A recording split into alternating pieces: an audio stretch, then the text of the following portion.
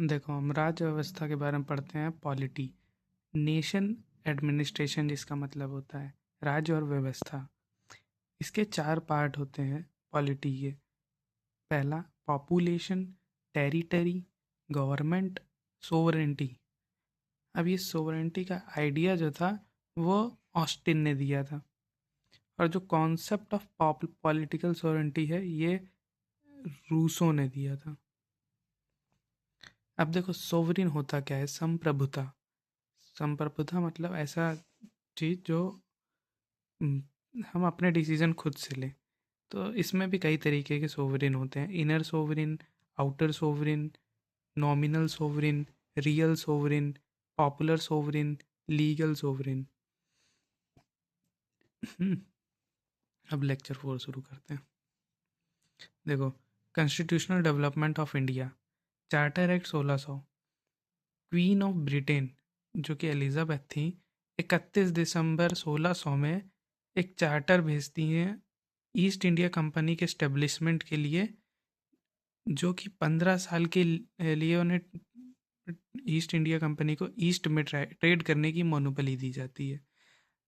जो ब्रिटिशर थे वो आना तो मलाकू आइलैंड चाहते थे, जो ईस्ट इंडिया में एक्चुअली होता है, ईस्ट इंडीज़ में वो पड़ता है, जहाँ पे ब्लैक पेपर जिसे ब्लैक गोल्ड भी कहा जाता है उसको उससे उसका ट्रेड करने।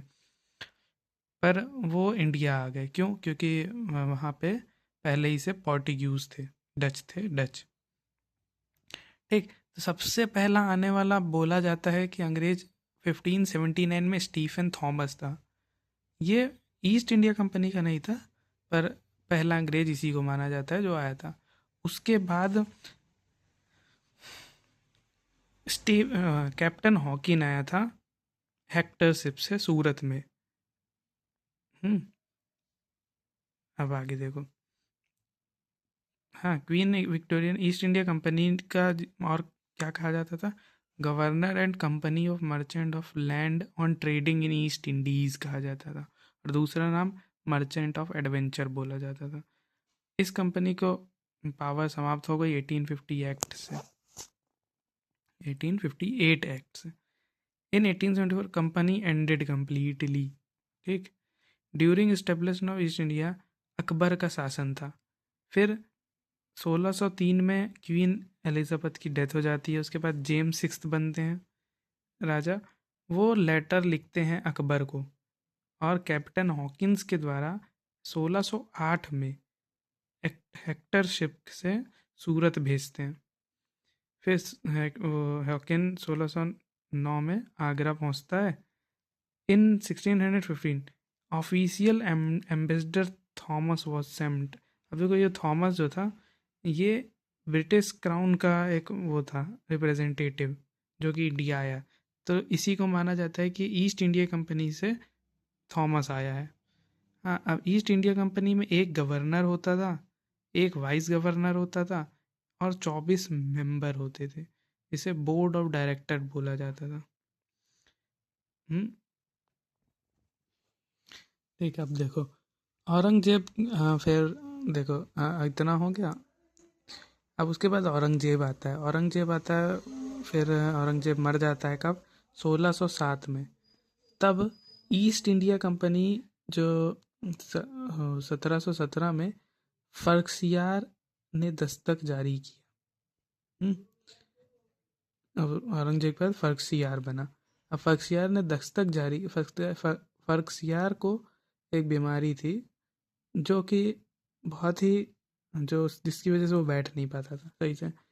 तभी जॉन सरमन, जो उस समय ईस्ट इंडिया कंपनी का में लीडर था, जॉन सरमन, वो अपने साथ एक डॉक्टर हैमिल्टन को लेके आता है, जो कि फर्खसियार की बीमारी को सही कर देता है। अब फर्खसियार इस बात से खुश हो जाता है, और बंगाल, बिहार और उड़ीसा में फ्री ट्रेड करने की डेलीगेशन दे देता है। किसको? ईस्ट इंडिया कंपनी को। अब देखो, इसके बाद सबसे पहली लड़ाई होती है सिराजुद्दौला और क्लाइव के बीच में। सिराजुद्दौला ये बहुत ज़्यादा ब्रिटिश से छिड़ता था। ये फेमस किस लिए है पता है? ब्लैक हॉल ट्रेजिडी के लिए। अब देखो, सिराजुद्दौला का सेनापति मीर जाफर था। अब क्लाइव से जब लड़ाई हुई, कौन से बैटल में? बैटल ऑफ प्लासी में। कब शुरू हुई थी? 23 जून 1757 में।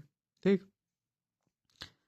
Bribe by Clive. अब देखो मीर जफर जो है वो, उसको क्लाइव ने लालच दे दिया कि हम तुम्हें राजा बना देंगे अगर ये तो हम ये लड़ाई जीत जाते हैं। तो बैटल ऑफ प्लासी, इसकी वजह से क्लाइव जीत गया और सिराजुद्दौला हार गया। अब देखो ये रही पहली लड़ाई, बैटल ऑफ प्लासी 23 जून 1757 में। ठीक। अब दूसरी लड़ाई होती है बैटल ऑफ बक्सर।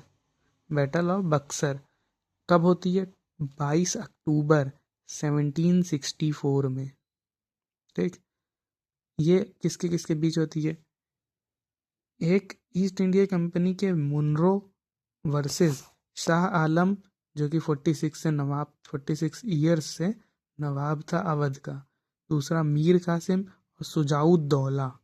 ठीक। सिराजुद्दौला नहीं, सुजाउद्दौला।